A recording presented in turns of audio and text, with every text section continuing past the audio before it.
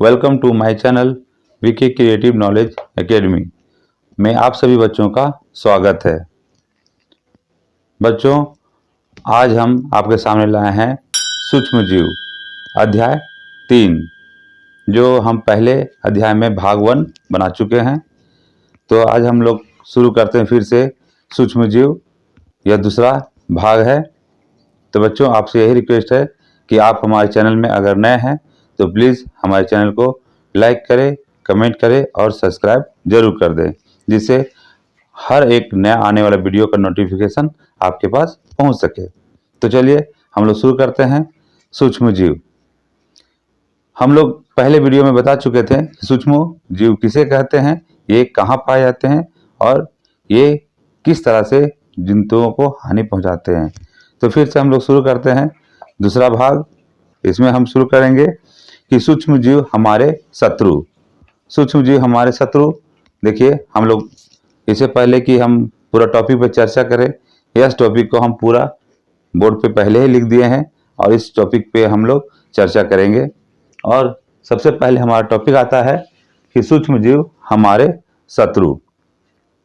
देखिए, सूक्ष्म जीव हैं जो हमारे चारों तरफ हैं, लेकिन यह सूक्ष्म जीव हमें अनेक प्रकार से हानि भी पहुंचाते हैं। इससे पहले हम लोग पढ़े थे कि सूक्ष्म जीव हमारे लिए लाभदायक होते हैं, उसी तरह से सूक्ष्म जीव हमारे लिए हानिकारक भी होते हैं। जैसे खाना या अन्य सामग्री या हमारे उपयोग करने वाले अनेक प्रकार के सामग्री, जैसे कपड़ा हो गया या चमड़ा हो गया, अनेक प्रकार के उत्पादों को यह नष्ट कर देते हैं, खराब कर देते हैं। या भोज्य पदार्थों को लंबे अवधि तक रखा जाए तो यह सूक्ष्मजीव उस भोज्य पदार्थ को संदूषित कर देते हैं। तो इस तरह से हमारे विभिन्न कार्यों को यह नुकसान कर देते हैं, इसलिए हमें यह कहते हैं कि सूक्ष्मजीव हमारे लिए शत्रु हैं। दूसरा हम लोग देखते हैं सूक्ष्मजीव रोग के कारक। सूक्ष्मजीवों के कारण विभिन्न प्रकार के जंतुओं में, मनुष्यों में अनेक प्रकार के रोग उत्पन्न होते हैं। यह रोग जंतुओं के या मनुष्यों में अनेक प्रकार से सूक्ष्मजीवों के द्वारा फैलता है। यह रोग अनेक प्रकार का होता है। जैसे कुछ रोग सूक्ष्मजीवों के द्वारा फैलता है तो एक व्यक्ति से दूसरे व्यक्ति में लगातार स्थानांतरित होते रहता है। ऐसे रोगों को हम लोग कहते हैं संचरीय रोग, जो एक स्वस्थ व्यक्ति से अस्वस्थ व्यक्ति में फैलता है। समझना यह है कि सूक्ष्म जीव जो रोग उत्पन्न करते हैं, क्या यह सूक्ष्म जीव के द्वारा रोग उत्पन्न किया हुआ रोग एक व्यक्ति से दूसरे व्यक्ति में या अनेक प्रकार के जीव जंतुओं में क्या यह स्थानांतरित होते हैं? तो जी हाँ, सूक्ष्म जीवों के द्वारा कुछ रोग ऐसे भी हैं जो एक व्यक्ति से दूसरे व्यक्ति या एक मवेशी, एक जंतुओं से दूसरे जंतुओं में स्थानांतरित होते रहता है। इन रोगों को हम लोग कहते हैं संचरीय रोग। यह संचरीय रोग किसी भी माध्यम से फैल सकता है। जैसे एक बीमार व्यक्ति है, यह बीमार व्यक्ति का उपयोग किया हुआ सामग्री, जैसे हो गया कपड़ा हो गया या भोजन हो गया, या आसपास के संपर्क से जब वह स्वस्थ व्यक्ति उसके संपर्क में आता है तो यह सूक्ष्मजीव उनमें प्रवेश करके उन्हें भी संक्रमित कर देते हैं। तो इस प्रकार के रोगों को हम लोग कहते हैं संचरीय रोग। यह फैलने का कारण हम लोग देखते हैं। पहला है रोग जो उत्पन्न होता है, यह भोजन है, पानी है और वायु, ये तीनों कारक हो सकता है। जैसे किसी व्यक्ति को अगर सर्दी है तो वह सर्दी के कारण जब छिंकता है तो उसमें सूक्ष्म जीवाणु के बूंदक यह उनके शरीर से होता हुआ निकल करके बाहर वायुमंडल में चला जाता है, जिससे क्या होता है, यह एक स्वस्थ व्यक्ति से एक अस्वस्थ व्यक्ति से स्वस्थ व्यक्ति में प्रवेश कर जाता है और वह स्वस्थ व्यक्ति को भी क्या करता है, संक्रमित कर देता है। तो अब हम लोग देखेंगे कि संचरी रोग जो हो गया एक व्यक्ति से दूसरे व्यक्ति में फैलता है। उसके बाद हम लोग चौथा नंबर हम लोग देखते हैं कि कुछ रोगवाहक जीव, कीट एवं जंतु। सूक्ष्म जीवों का वाहक भी कुछ जीव जंतु एवं अन्य प्रकार के मवेशी भी होते हैं, जो इन सूक्ष्म जीवों को एक स्थान से दूसरे स्थान या एक जंतु से दूसरे जंतु में स्थानांतरित करने का कार्य करते हैं, जिसे हम लोग कहते हैं रोग वाहक जीव जंतु। जैसे हम लोग देखते हैं कि मक्खी के द्वारा, मच्छर के द्वारा या अनेक प्रकार के छोटे छोटे कीट होते हैं, उनके द्वारा बीमारी अनेक प्रकार से क्या होता है, उत्पन्न होता है।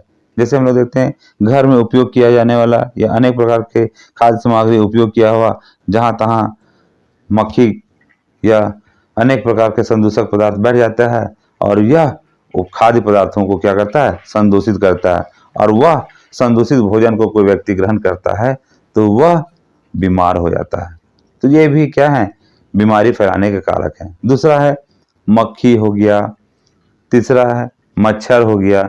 जैसे मच्छर हम लोग देखते हैं, एक मच्छर जब किसी को काट लेता है तो वह स्वस्थ व्यक्ति के शरीर में प्रोटोजोआ को स्थानांतरित करता है या प्रोटोजोआ उन्हें मलेरिया से संक्रमित कर देता है। दूसरा है कि डेंगू, जो मादा एनीफिलीज मच्छर से फैलता है, यह डेंगू क्या करता है, भी स्वस्थ व्यक्ति को संक्रमित कर देता है। तो मेन है कि हम लोग देख रहे हैं कि यह जो सूक्ष्म छोटे छोटे कीट या सूक्ष्म जीव जंतु हैं, यह बीमारी फैलाने वाले सूक्ष्म जीवों को एक व्यक्ति से दूसरे व्यक्ति में स्थानांतरित करते हैं। अब आ गया तो सूक्ष्म जीव के कारण होने वाले रोग।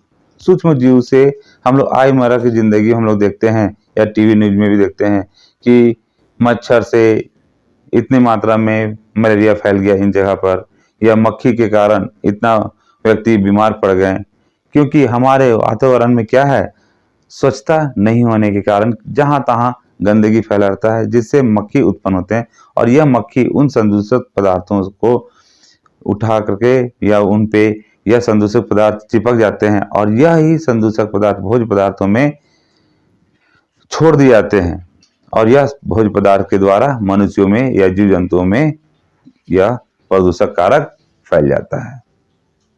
दूसरा है मच्छर। मच्छर भी देखते हैं कि जब कोई व्यक्ति को यह मच्छर काटता है तो मलेरिया का, हम लोग कहते हैं उसे मलेरिया हो गया। तो क्या होता है, यह मलेरिया के सूक्ष्म जीवाणु जिसे हम लोग तो प्रोटोजोआ, यह प्रोटोजोआ क्या करता है, इन सूक्ष्म जीवों को एक व्यक्ति से दूसरे व्यक्ति में स्थानांतरित करता है। यह प्रोटोजोआ मलेरिया के कारण होता है। दूसरा है कि मादा एडिस मच्छर के कारण डेंगू रोग उत्पन्न होता है ना।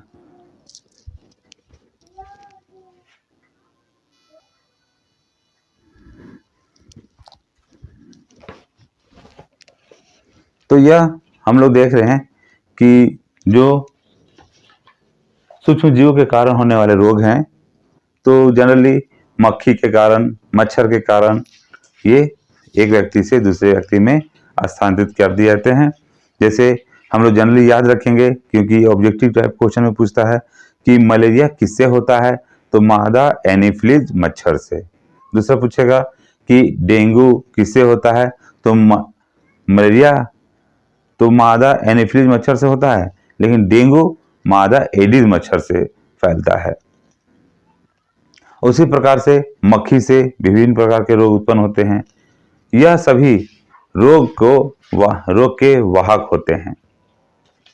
आगे हम लोग देखते हैं कि जानवरों में रोग उत्पन्न करने वाले सूक्ष्म जीव। यह सूक्ष्म जीव अनेक प्रकार सूक्ष्म जीव के कारण होने वाले रोग हो गया हमारे। इससे पहले हम लोग देखते हैं कि कुछ तालिका दिखाया गया है, उसमें जो तालिका के कारण हम लोग देखते हैं कि विभिन्न प्रकार के रोग के वाहक विभिन्न प्रकार के सूक्ष्म जीव होते हैं और उनके बचाव के तरीके क्या क्या होते हैं। हम लोग देख रहे हैं कि सूक्ष्म जीव के कारण होने वाले रोग जो हम लोग बताएं, मक्खी हो गया, मच्छर हो गया, लेकिन ये रोग फैलने से रोकने का क्या उपाय है। जनरली हम लोग देखते हैं कि मच्छर ठहरा हुआ पानी में या बहुत जमा हुआ पानी में मच्छर उत्पन्न हो जाते हैं और यह मच्छर बहुत तेजी से वृद्धि करके एक बड़ी संख्या में क्या करते हैं, लोगों को ग्रसित कर देते हैं। तो इनसे बचने का उपाय है कि जगह जगह पे जो गड्ढे में पानी है रुका हुआ, जमा हुआ, उसको हम लोग वहां से निकासी कर दिया जाए, जमने ना दिया जाए। बरसात में पानी को जमने ना दिया जाए, जिससे पानी के कारण वह सूक्ष्म जीवाणु मच्छर उत्पन्न नहीं होगा और बीमारी नहीं फैलेगा। नेक्स्ट उत्पन्न होता है हमारा पौधों में रोग उत्पन्न करने वाले सूक्ष्म जीव। हम लोग जनरली देखते हैं कि जिस प्रकार से जंतुओं में विभिन्न प्रकार के सूक्ष्म जीवों के कारण जीव जंतुओं में रोग उत्पन्न होता है, उसी प्रकार से पौधों में भी विभिन्न प्रकार के रोग उत्पन्न होते हैं, यह सूक्ष्म जीवों के कारण। हम लोग देखे होंगे खेती में विभिन्न प्रकार के किसान क्या करते हैं, अनेक प्रकार का उत्पादन करते हैं फसलों का, लेकिन फसलों में अनेक प्रकार का अलग अलग बीमारी होता है। जैसे नींबू में कैंकर्स होता है, गेहूं में रस्टिंग होता है। इस तरह से विभिन्न प्रकार रोग होता है जो किसान अलग अलग उपाय करके इसका क्या करते हैं और रोकथाम करते हैं, और यह भी सूक्ष्म जीवाणु या वायरस के कारण, विषाणु के कारण फैलता है। इसके आगे हम लोग देखते हैं सूक्ष्म जीव खाद्य पदार्थों के संदूषक। सूक्ष्म जीव जो हैं खाद्य पदार्थ के संदूषक मतलब खराब करने के कारक भी होते हैं। हमारे रोजमर्रा जिंदगी में देखते हैं विभिन्न प्रकार के खाद्य पदार्थों का उपयोग किया जाता है, और यह खाद्य पदार्थों का उपयोग किया करने के कारण देखेंगे कि वह खाद्य पदार्थ हमारा कुछ समय के बाद खराब हो जाता है। घर में रखा हुआ जो भोजन होता है वह कुछ समय के बाद खराब होना शुरू हो जाता है, लेकिन इन खाद्य पदार्थों को जब संदूषित भोजन को ग्रहण किया जाता है तो वह होता है खाद्य विषाक्त। हम लोग बोलते हैं फूड पॉइजनिंग। यह फूड पॉइजनिंग कैसे होता है? जब कोई लंबे अवधि तक किसी खाना को रख दिया जाता है और वह खाद्य पदार्थ को, उसमें खाद्य पदार्थ में सूक्ष्म जीवाणु बहुत तेजी से वृद्धि करते हैं, क्योंकि सामान्य तापमान में कुछ भी सूक्ष्म जीव बहुत तेजी से वृद्धि करता है, और यह सूक्ष्म जीवों की वृद्धि उस तापमान पर निर्भर करेगा कि वह तापमान कितना है, और वह सूक्ष्म जीवाणु क्या करते हैं, बहुत तेजी से फैलता है। और वह जो भोजन रखा हुआ है उस भोजन के चारों तरफ देखिएगा कि नीला नीला परत एक चढ़ा देता है, और यह नीला नीला परत क्या करता है, उस सूक्ष्म जीवाणुओं को या उस भोज्य पदार्थों को क्या करता है, खराब कर देता है। और वही खराब भोजन को जब कोई मनुष्य ग्रहण करता है तो क्या कर लेता है, उसके शरीर में विभिन्न प्रकार के रासायनिक प्रभाव उत्पन्न होते हैं, जिसे हम लोग कहते हैं खाद्य विषाक्त, जिससे कभी कभी मनुष्यों की मौत भी हो जाती है। तो यह हो गया फूड पॉइजनिंग, भी इसे हम लोग कहते हैं। नेक्स्ट आएगा सूक्ष्म जीव खाद्य पदार्थों के संरक्षक। सूक्ष्म जीव खाद्य पदार्थों को से हम लोग कैसे संरक्षित कर सकते हैं? संरक्षण का वह प्रक्रम जिसके द्वारा हम अनेक प्रक्रिया के द्वारा संदूषक या सूक्ष्म जीवों से खाद्य पदार्थों को बचाते हैं, है ना। खाद्य पदार्थों को सूक्ष्म जीवों से बचाने के विभिन्न प्रकार के तरीके को हम लोग बोलते हैं खाद्य परीक्षण। खाद्य परीक्षण कहलाता है। फिर से समझिए कि खाद्य परीक्षण किसे कहते हैं? कि वह प्रक्रम जिसके द्वारा खाद्य पदार्थों को सूक्ष्म जीवाणु से अनेक प्रक्रिया के द्वारा बचाया जाता है, वह प्रक्रम क्या कहलाएगा? खाद्य परीक्षण कहलाता है। खाद्य परीक्षण के पर्यवेक्षण के क्या तरीके हैं? देखिए, खाद्य परीक्षण के निम्न तरीके हैं। हम लोग अलग अलग तरीकों से खाद्य पदार्थों को पर्यवेक्षण कर सकते हैं। हम लोग देखते हैं बच्चों कि हम लोग अपने घर में या हमारे माता पिता के द्वारा खाद्य पदार्थों को संरक्षित करने के अनेक उपाय किए जाते हैं। उसी में से कुछ उपाय यहाँ पे दिखाया गया है, जिसमें पहला उपाय हम लोग करते हैं कि नमक के द्वारा परीक्षण। हम लोग खाद्य पदार्थों को नमक के द्वारा भी परीक्षण करते हैं। जैसे हम लोग देखते हैं घर में अचार बनाया जाता है या कोई खाद्य सामग्री बनाया जाता है तो उसमें नमक को डाल दिया जाता है। यह नमक क्या करता है, उन खाद्य पदार्थों से जल की मात्रा को अवशोषित कर लेता है, जिससे उसमें खाद्य पदार्थ में जल की मात्रा नहीं रहता है और सूक्ष्म जीवाणु वृद्धि नहीं कर पाते हैं। इससे हम इस प्रकार से हम लोग खाद्य पदार्थों को संदूषित होने से बचा लेते हैं। ठीक है। दूसरा है चीनी द्वारा परीक्षण। चीनी के द्वारा भी हम लोग क्या करते हैं, परीक्षण करते हैं। चीनी जैसे हम लोग जेम हो गया, जेली हो गया, इन पदार्थों में हम लोग चीनी का उपयोग करते हैं। यह चीनी भी नमक की तरह क्या करता है, उस खाद्य पदार्थ से नमी की मात्रा को क्या करता है, खींच लेता है और वह खाद्य पदार्थ संदूषित होने से बच जाता है। इस तरह से हम लोग चीनी से भी परीक्षण कर लेते हैं। नेक्स्ट है तेल एवं सिरके द्वारा परीक्षण। तेल का उपयोग हम लोग जनरली अचार बनाने में या अन्य खाद्य सामग्री को संरक्षित करने में किया जाता है। जैसे हो गया सिरका हो गया, यह खाद्य पदार्थ जैसे अचार बना लिया गया, उसमें नमक डाल दिया गया, तेल डाल दिया गया, तो नमक से क्या होता है, पानी निकल गया और यह जो तेल है उसमें डाल देने के बाद वह वायु को अवरुद्ध कर देता है, उस खाद्य पदार्थ को संदूषित होने से रोक देता है। जनरली हम लोग देखते हैं कि घर में विभिन्न प्रकार के खाद्य पदार्थ आ जाता है, जैसे हो गया मांस हो गया या चिकन हो गया आता है, तो घर के लोग क्या करते हैं, उसमें तेल या नमक मिला करके उसको रख देते हैं, जिससे सूक्ष्म जीवाणु क्या करता है, उसे संदूषित नहीं करता है। तो जिससे इस प्रक्रिया के द्वारा वह खाद्य पदार्थ खराब होने से बच जाता है। ठीक है।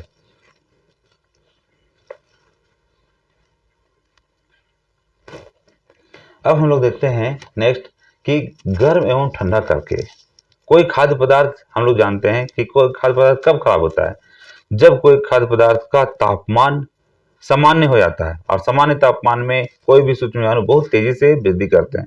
जैसे ही कोई खाद्य पदार्थों का तापमान सामान्य रूप में आता है तो वह खाद्य पदार्थ में सूक्ष्म जीवाणु बहुत तेजी से क्या करते हैं, अटैक करना शुरू करते हैं और उसे खराब कर देता है।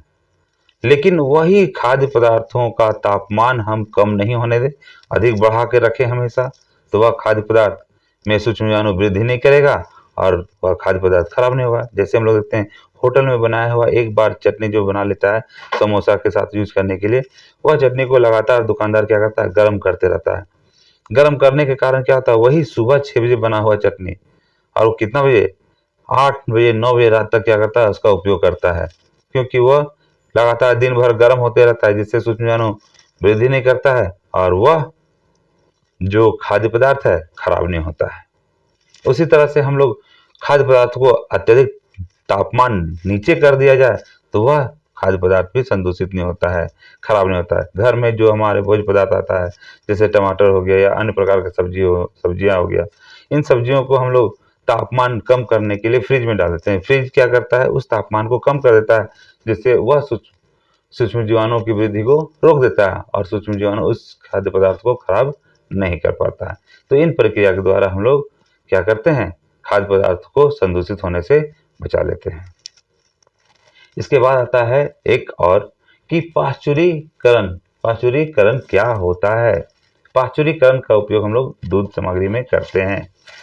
यह देखते हैं कि जो पैकिंग का जो दूध आता है, आप लोग कभी सोचे हैं पैकिंग का जो दूध आता है वो कल का पैकिंग हुआ रहता है या शाम का पैकिंग होता है, लेकिन वही दूध सुबह भी आपको यही मिलता है, लेकिन वो खराब नहीं होता है। ऐसा क्यों होता है? इसका तरीका क्या है? इसका तरीका है कि दूध को लगातार 15 सेकेंड से 30 सेकेंड तक लगातार गर्म करके उसे एकाएक ठंडा कर दिया जाता है। ठीक है, मतलब कि जो दूध है फैक्ट्रियों में उसे गर्म किया जाता है, कितना देर तक, 15 सेकेंड से 30 सेकेंड तक गर्म किया जाता है और इतना देर गर्म करने के बाद उसे अचानक एकाएक ठंडा कर दिया जाता है। और ठंडा करने के बाद क्या करता है, उसे पैकिंग कर दिया जाता है, जिससे उसमें जो उपस्थित जो सूक्ष्म जीवाणु रहता है, बैक्टीरिया रहता है, वो मर जाता है और जब बैक्टीरिया सूक्ष्म जीवाणु उसमें नहीं रहेगा तो वो खराब नहीं होता है और वह दूध को हम लोग सीधे भी उपयोग कर सकते हैं। तो यह जो तरीका हम लोग संरक्षित रखने का तरीका किए हैं, इसी तरीका हम लोग पाश्चुरीकरण करते हैं। याद रखना है कि पाश्चुरीकरण किसे करते हैं। तो पाश्चुरीकरण वह प्रक्रिया है जिसके द्वारा दूध को या तरल पदार्थों को संरक्षित किया जाता है। जैसे दूध को 15 से 30 डिग्री तक तापमान में गर्म किया जाता है और एकाएक ठंडा कर दिया जाता है, जिससे उसमें उपस्थित सूक्ष्म जीवाणु मर जाते हैं और यह सूक्ष्म जीवाणु मरने के कारण वह खाद्य पदार्थ बच जाता है। तो यह क्रिया कहलाएगा पाश्चुरीकरण। इसके बाद हम लोग देखते हैं नाइट्रोजन चक्र। नाइट्रोजन चक्र हम लोग समझते हैं कि नाइट्रोजन चक्र होता क्या है। जनरली हम लोग जानते हैं कि नाइट्रोजन हमारा नाइट्रोजन का पहला स्रोत है वायुमंडल, और वायुमंडल में नाइट्रोजन कितना है बताइए। नाइट्रोजन है 78%। हमारा वायुमंडल में जो है नाइट्रोजन है 78%। लेकिन इसका वायुमंडल में हमेशा स्थिरांक होता है, नहीं ये बढ़ता है नहीं घटता है। तो कैसे होता है, हम लोग अभी आगे क्लास में भी पढ़ेंगे नाइट्रोजन चक्र कि क्या कैसे हमारे वायुमंडल में ये स्थिरांक बनाए रहता है। लेकिन थोड़ा सा हम लोग समझ लेना है कि नाइट्रोजन चक्र क्या होता है। नाइट्रोजन चक्र में जहाँ से नाइट्रोजन निकलता है पुनः उसी रूप में फिर से लौट आ जाता है, तो या किसी न किसी रूप से हमारे पास वापस लौट करके आ जाता है, जिसका इसका समाप्ति नहीं हो पाता है। इसे कहते हैं स्थिरांक बनाए रखना, और इसी को बोलते हैं नाइट्रोजन चक्र। हम लोग देखते हैं कि जब आसमान में एकाएक बिजली चमकता है या गरजता है, उसमें नाइट्रोजन के जो कण है ना, यह नाइट्रोजन का कण देखिए क्या है। जब आसमान में बिजली चमकती है तो वायुमंडल में मौजूद नाइट्रोजन तथा ऑक्सीजन परस्पर जुड़कर नाइट्रोजन के ऑक्साइड बनाते हैं। फैक्ट्री या वाहनों में दहन की क्रिया के फलस्वरूप भी नाइट्रोजन के ऑक्साइड निर्मित होते हैं। ये ऑक्साइड वर्षा के जल के साथ मिलकर तनु हाइड्रोक्लोरिक अम्ल बनाते हैं। ये नाइट्रेट में परिवर्तित हो जाते हैं। पौधों इसी नाइट्रेट का ग्रहण करते हैं। देखिए जनरली सिंपल सा दिया हुआ इसमें कि जब आसमान में बिजली चमकता है तो नाइट्रोजन के कण है नाइट्रेट में परिवर्तित हो जाते हैं, और ऑक्सीजन के कण है ऑक्साइड में रूपांतरित होता है। लेकिन यह वर्षा के जल के साथ मिलकर क्या करता है, अम्ल में रूपांतरित होता है, हाइड्रोक्लोरिक अम्ल में निर्मित हो जाता है। यह नाइट्राइट्स है पौधे सीधे अवशोषित कर लेते हैं, क्योंकि इन्हें नाइट्रोजन ये सीधे नहीं ले पाते हैं, ये नाइट्राइट्स के रूप परिवर्तित रूप को ही ये ग्रहण करते हैं। जब पौधे ये नाइट्राइट के कण को अवशोषित करते हैं तो यह नाइट्रोजन उनमें चला जाता है, और उनके माध्यम से भोजन पौधों को ग्रहण करने वाले जो जीव जंतु हैं, शाकाहारी जीव जंतु हैं, यह भोजन जब ग्रहण करते हैं तो उनमें यह नाइट्रोजन चला जाता है। तो सबसे पहले जो प्रोटीन के रूप में जीव जंतु या प्रोटीन के रूप में पेड़ पौधे इन नाइट्रोजन को अपने आप में संरक्षित रख लेते हैं।